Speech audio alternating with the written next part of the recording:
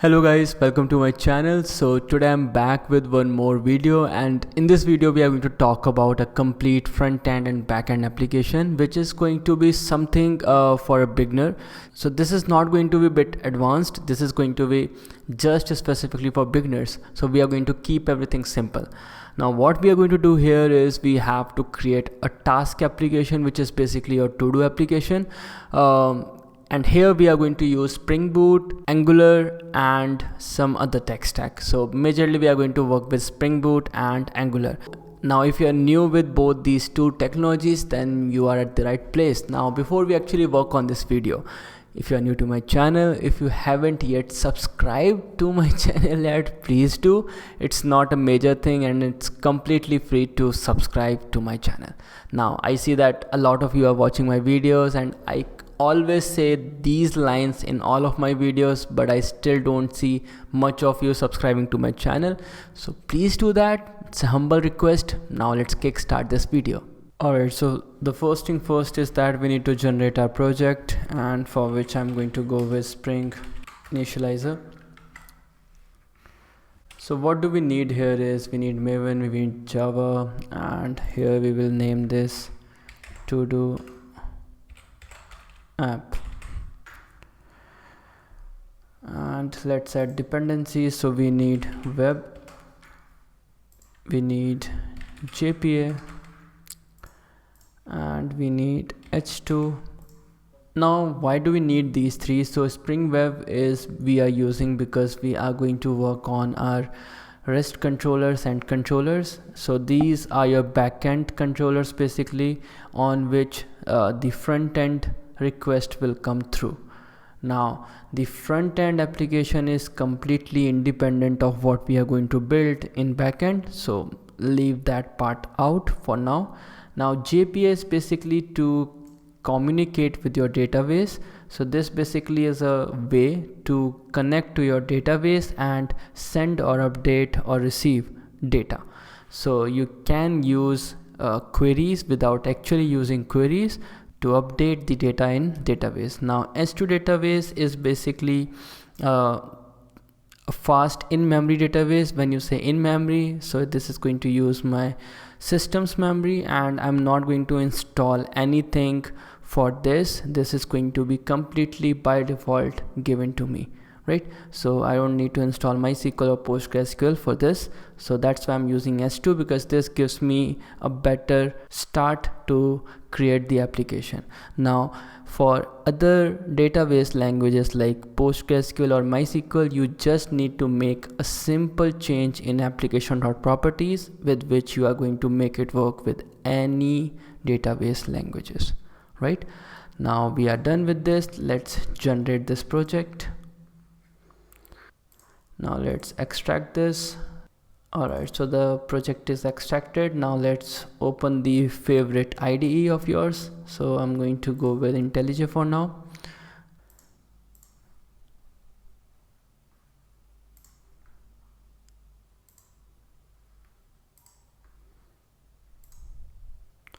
Alright, so the project is open right now. It is trying to build, so let's give it a minute.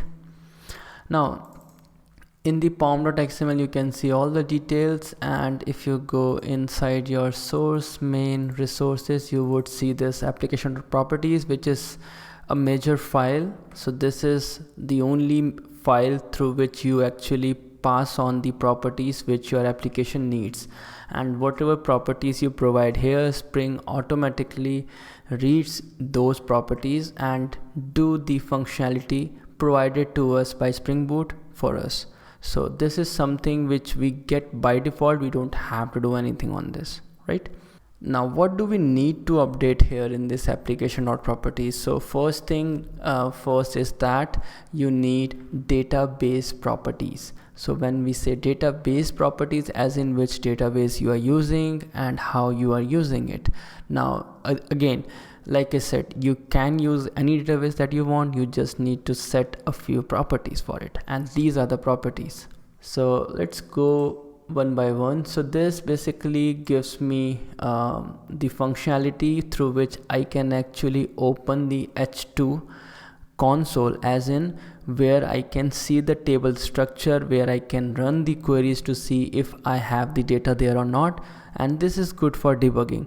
Now if you are going with MySQL or PostgreSQL, then in that case you don't need this, so you can skip this. Now in the data source URL, you actually provide how do you want to connect. So I'm going with JDBC h2 and then in memory and then the database name. So this is my database name. Now you need to provide the driver class name. So these two lines you have to provide accordingly, whatever database or language you are choosing. Now this is the default username and the password, so I'm going with this. Now this basically is used in Spring Boot to configure Hibernate, which is the default JPA implementation to use the correct SQL dialect for the S2 database. Again, depending on your database language, you need to change it, right? Now we are done with application.properties. Now let's actually work on the backend code. So first thing first is that we need a table. So we will create a table which is going to be an entity. So let's go with todo. Let's go with task. Alright, so this is a class and this needs to be in a different package. So let's create a new package.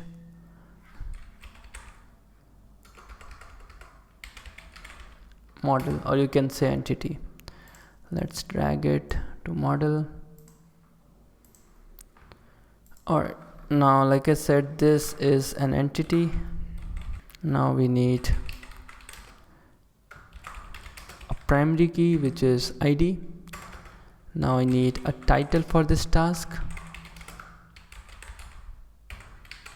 Now how to annotate this so that Spring knows that this is actually a primary key, so that is your ID annotation. Now I want this ID value to be incremented. So how do we do that? We need generated value, and here I will provide strategy generation type dot identity. Why are we getting an error?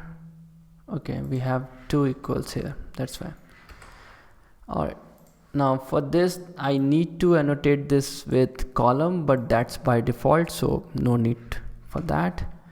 Now let's create a constructor.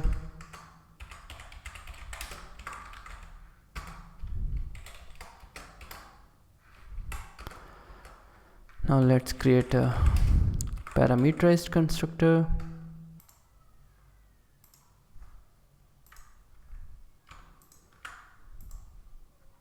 Alright, now I need getters and setters.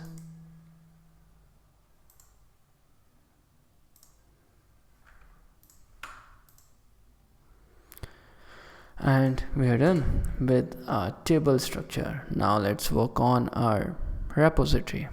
So again, we will create a new package. So this is going to be package repo, and inside this we will create one interface.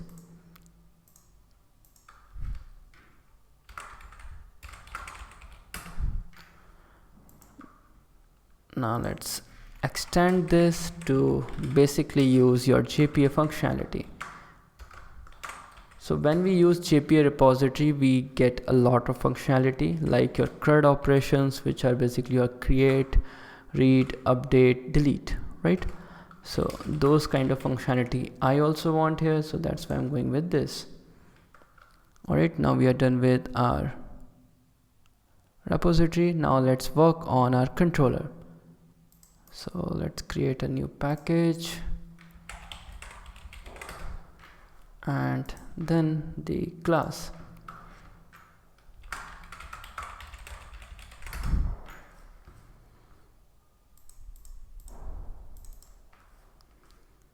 So first thing first is that this is going to be a REST controller, and all my mappings, request mappings, are going to start with task. Right now, as I'm going to go with a different front-end application, I need to use cross origin annotation. Now this annotation is used in Spring Boot to allow cross origin resource sharing. In short, course request from your whatever you provide the URL. So this will allow the front end to make requests to the back end without being blocked by the browser's security policy. Alright, now the origin that the requests are going to come from is my front end. So I'll provide the path here. So as I'm going with Angular here, so I'm going to go with the default port 4200. Alright, now first I will create task repository instance, and let's auto wire this, and then I need 3 requests basically. So first is list of task,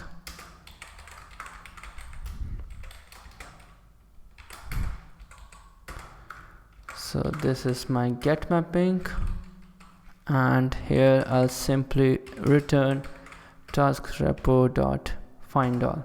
That's all. So this find all method is basically going to give me all the tasks that are currently in the database. So this is just your select star from task query, right?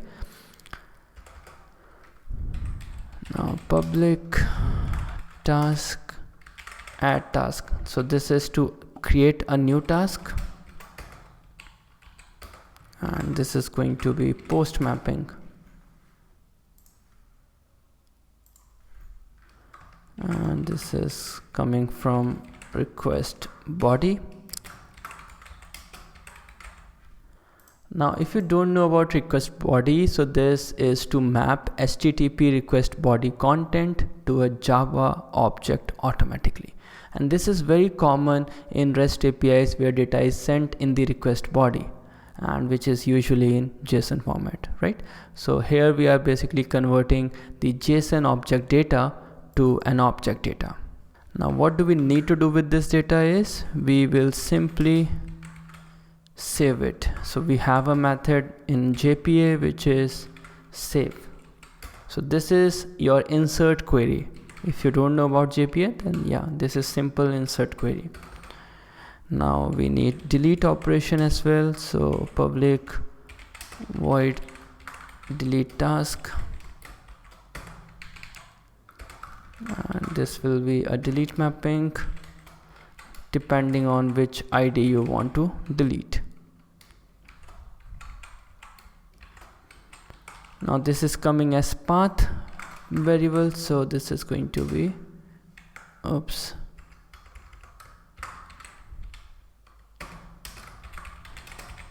Now this path variable annotation in Spring Boot is used to extract values from the URI path parameters. So if this is an URI, then this curly braces 1 is your path parameter. So what I want is I want to map the value provided here to this object ID.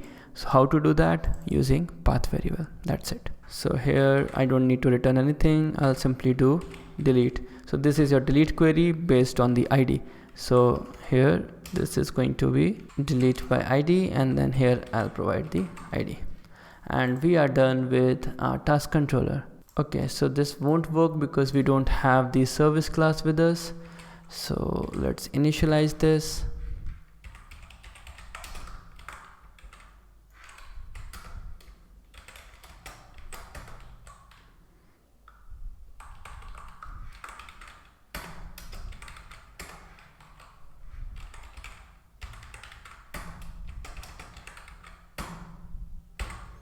And we are sorted. Alright, now we are done with our backend. Now let's work on our front end. Alright, so now let's create a new Angular project. So what do we need to do is, first thing first is that you need to create a project or an app, whatever you say. So give it a name. Now CSS, yes, y, and let's wait for it. Now you need node.js for this installation to work successfully, because it is going to use npm, which is your package manager. So you need to install node.js first. Alright, now this is created. Let's go inside our project, task manager, and here we need to add Angular material.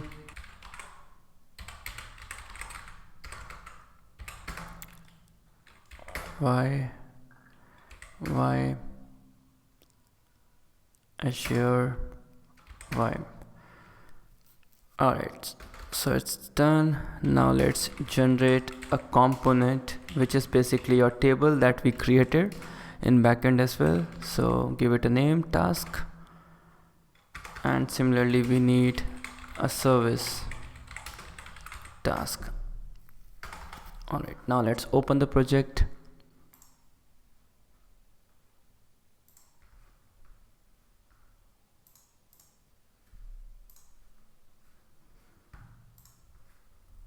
So this is what we have. We have a source folder. Inside that we have app, we have task, and stuff like this. Now you can simply run this application. This is going to work fine. So let's see if it is working fine or not. So what do we need to do is we need to open the terminal again, and here we would say ng serve. Alright, so it started, and let's open this. Alright, so hit it, and you see a default Angular page, right? So that's good. Now things are working, so we can stop it or keep it running. Now inside this task folder we have these 4 files for component, we have 2 files for service, so we need a few more details on that. So let's create those quickly. So we need a file, task.ts. Here we need an interface, basically task, and here we will give the parameters that we have in our table. So we have id, which is your primary key, and this is number. Then we have title, which is a string. Alright, so good to go. Now we need another file, which is your again for service. So this is task.service.spec.typescript. Oh, it exists. Okay. Alright, my bad. Okay, so here we don't need to do anything. So yeah, my bad. Now talking about components, so we have task.component.ts, this file. So here we need to make some changes. So first thing first is that we need to do few imports. So we have component already imported. Similarly we will import common module,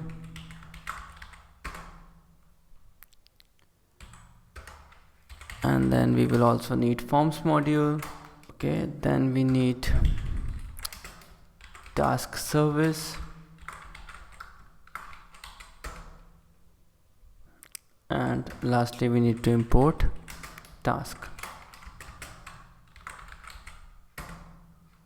Here let me import one more thing as well. So this first line is used to define an Angular component. So this common module is basically going to provide common Angular directives like ngIf, ngFor, and we need that. And in the forms module you enable a two-way data binding, so that is why we need to use this. In the task service there is a service to handle HTTP requests related to tasks, so that's why we are using it. This basically represents an object, which is your task object. Now moving on, we have selector standalone we need here, so standalone is going to be true. And then in imports we need common module and forms module. Okay, and yeah, this looks good. So this first line app task defines how this component will be used in HTML. So this is going to be your select, or what do you say, a tag basically. Now this marks that this is going to be a standalone component which doesn't require some module, and this we are doing for basic directives like I told you, ngIf, ngFor, and form handling. Now this is your basic HTML and CSS. Now coming to the main class task component, here we need to implement on it, which we just imported. And here let's create a task object. So this basically stores a list of tasks and initialized it with empty. Then we need a new task which is going to be string variable, again empty. So this holds the new task input. Then we need a constructor, private task service, task service.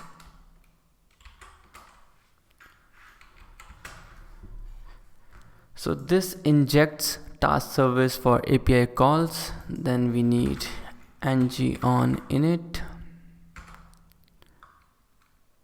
So this is going to do load task, which we will define later. So this is the lifecycle hook that runs when the component loads, and then it will call the load task method to fetch task from the backend. Now coming to the load task method, this is not a big thing.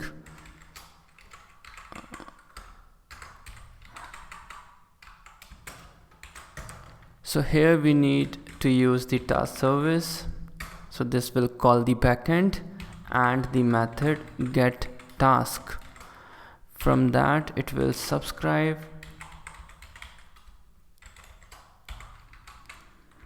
then initialize task.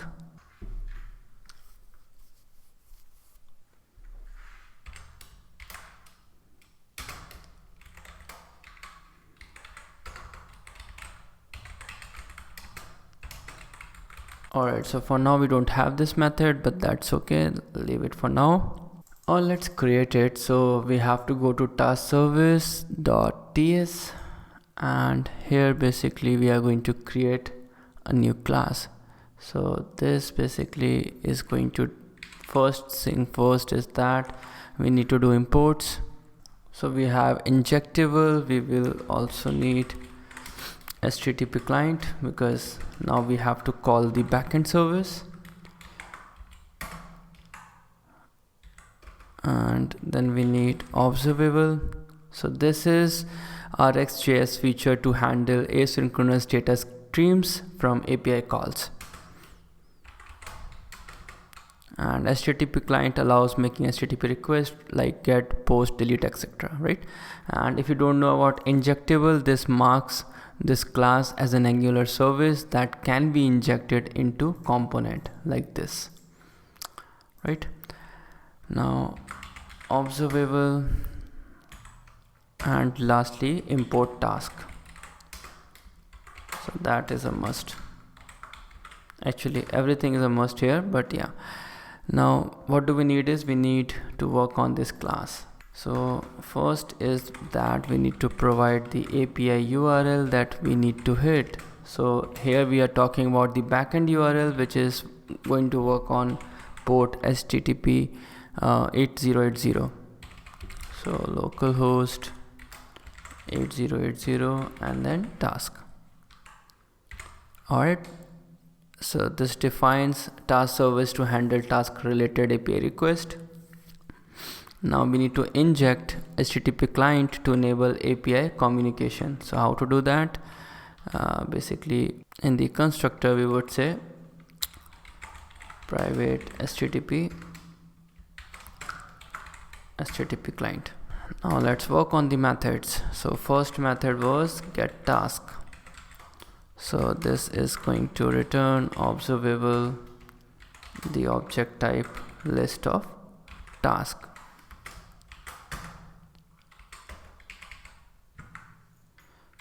So return this dot http dot get request, and which is going to return task list, and the call is going to be this dot API URL. Now just to cross check, here if you see we have this task and this is the get URL, so this is defaulted at task. Alrighty, now two more methods. So add task, so here we need a task object,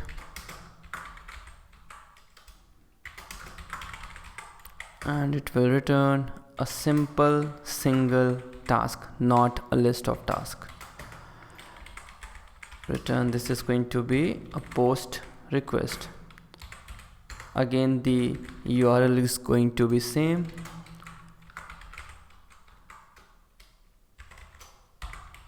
So this dot API URL. Okay, why do we have this error?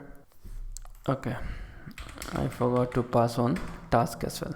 Now last method is delete task. Here we need to provide the ID. So number and then observable, this is going to be nothing, so void. Return this dot http dot delete, and type is void, and here we are going to do this dot API URL, and then we need to pass the ID variable like this. Alright, so here we are using string interpolation to append ID to the API URL. Now we are done with this. Coming back to component. So now this is working. So this calls get task method, which retrieves task from the backend, and this subscribe is used to update the task array asynchronously. So if we have a lot of list of tasks, then we want to be optimized enough so that it is going to work perfectly fine. Now add task is little big. So here we have an if condition. So first we will check if the coming new task is empty or not. So let's prevent that from happening. Alright, now we will create a task object basically, and this is going to be a new task.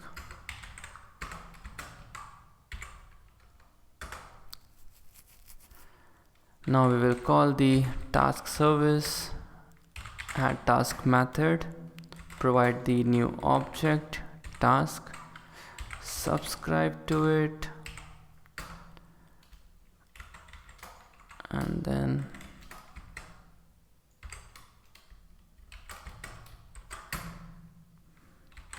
initialize new task with nothing as an empty, and then load the task.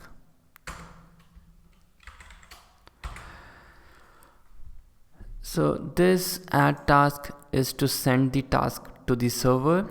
This clears input after adding, right? So we want to clear that out as well.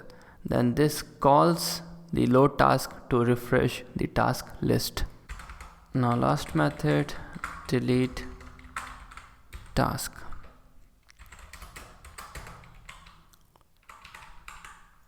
So ID number,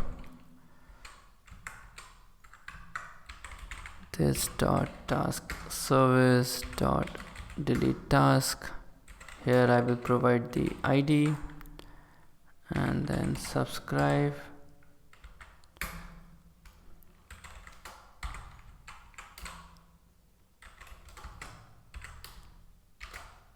and then this dot load task.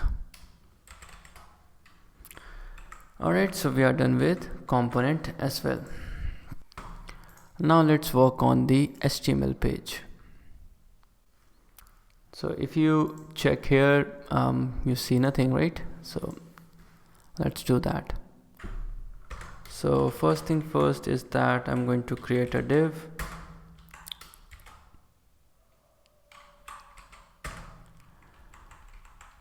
So I'm using Bootstrap here, so that's why I'm going to use container.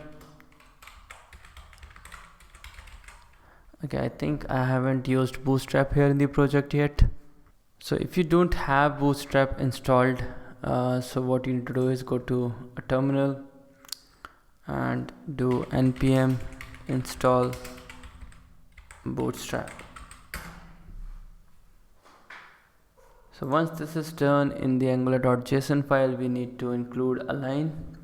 So go to styles and here we just need to do this. Now coming back here, so here we need a heading. So here we will say task manager. Then we need an input field.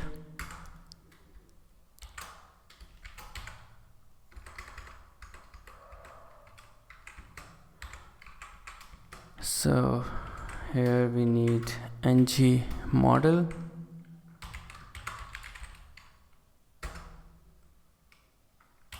New task.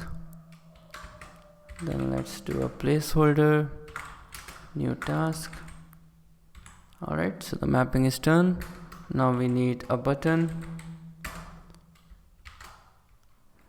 So this is going to work on click. The method name is add task and button name is add. Now we need a list so that I can display all the available tasks. Then I need to iterate to print all the list. So for that I need ng4 and here I will iterate task of task. So task.title, that is what I want to display.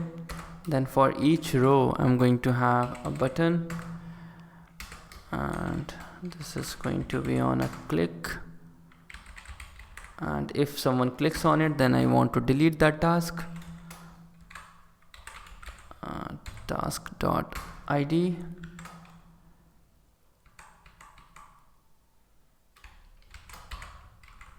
and the button name is delete. Alright, now we are done with this. Now let's run the server.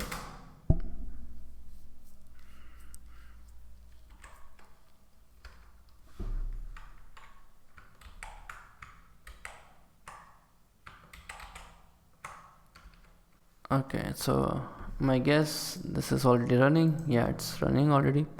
So let's see. And we see the default page of Angular still.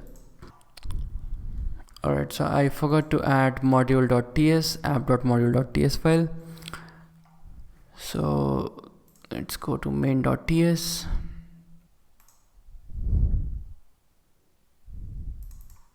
So let me modify this a bit.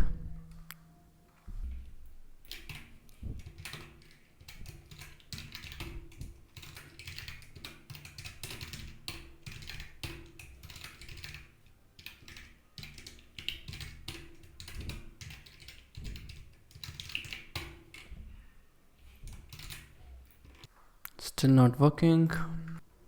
So this Bootstrap application starts the app, and this provide HTTP client, enables HTTP client for API calls. Now app.component.ts, where is it? So here we have router-outlet, that's okay. This is not needed, but yeah. So we need to import task component here as well. And again here standalone should be true.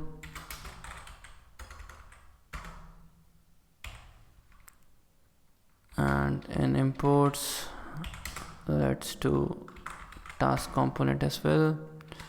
Alright, still not working. Okay, task.ts is fine. Alright, so in the app config ts we have application config. Okay, so we are missing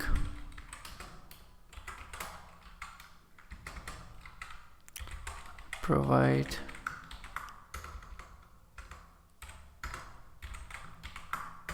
HTTP client, and in the providers again we are missing one.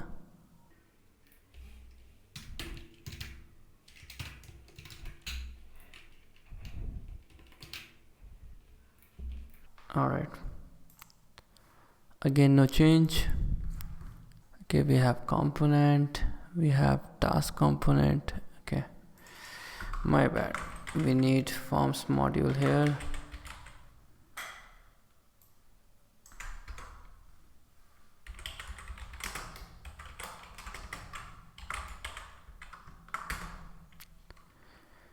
And we don't need this.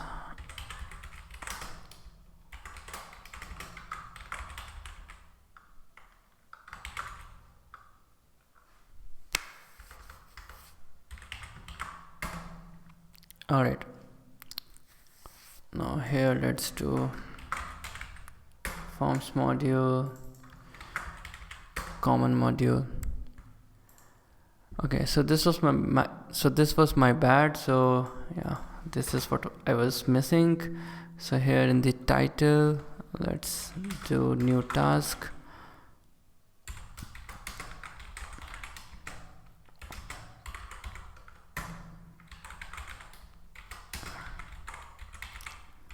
So this is a list of tasks. Now we need add task method here. So this condition we have already done. So if this dot new task is empty,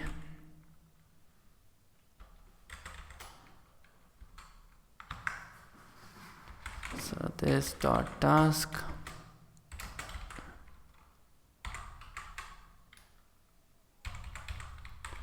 this dot task again, and then this dot new task.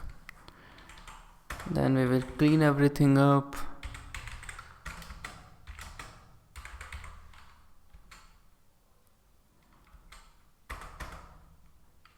Now similarly we will have delete task method as well.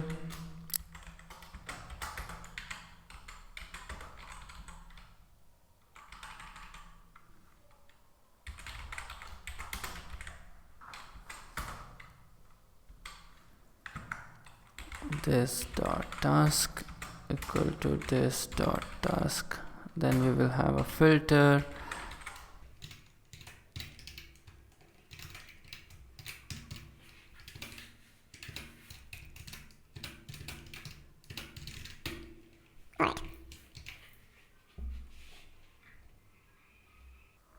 Now we got the error, router outlet is not defined. So first let's understand this code a bit.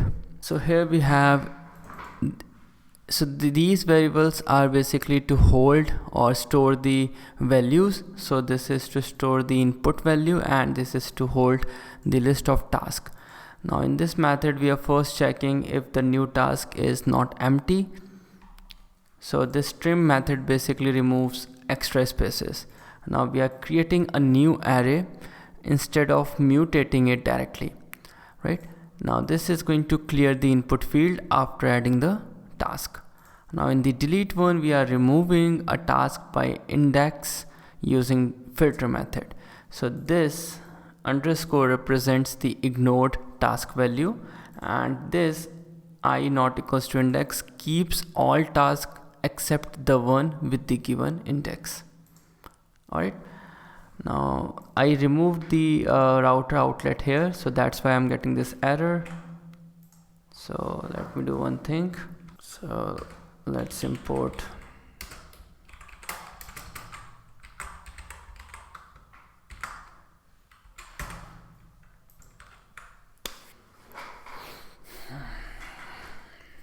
Now it looks like things got running a bit, right? Okay, so the first error is on new property, title does not exist on type app component. So here it says title does not exist. So let's check app component here first. So let me go to app.component.html. Okay, let's remove this and replace it with this. So I'll explain this, but let's first check if everything's working fine or not, then we will work on this. Alright, so it is working fine. Now explanation part, what do we have here? So checking from here the UI, I'll explain this side by side.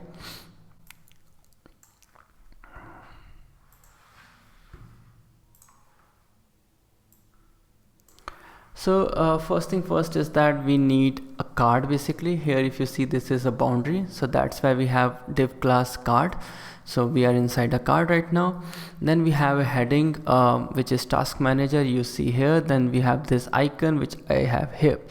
Now we have an input section basically, which is this with a button add task. So we have an input field and then we have a button task. Now we have this task list section. Here we have all the tables basically. So here we have a table basically which will display all the tasks which you have inserted before. So this you will get here. Now we are iterating over each task and then we are displaying the information, only the title information, and then we have a button as well. Alright, so this is what we are doing.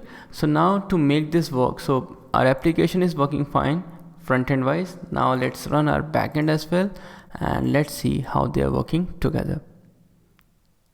So todo application, run todo application.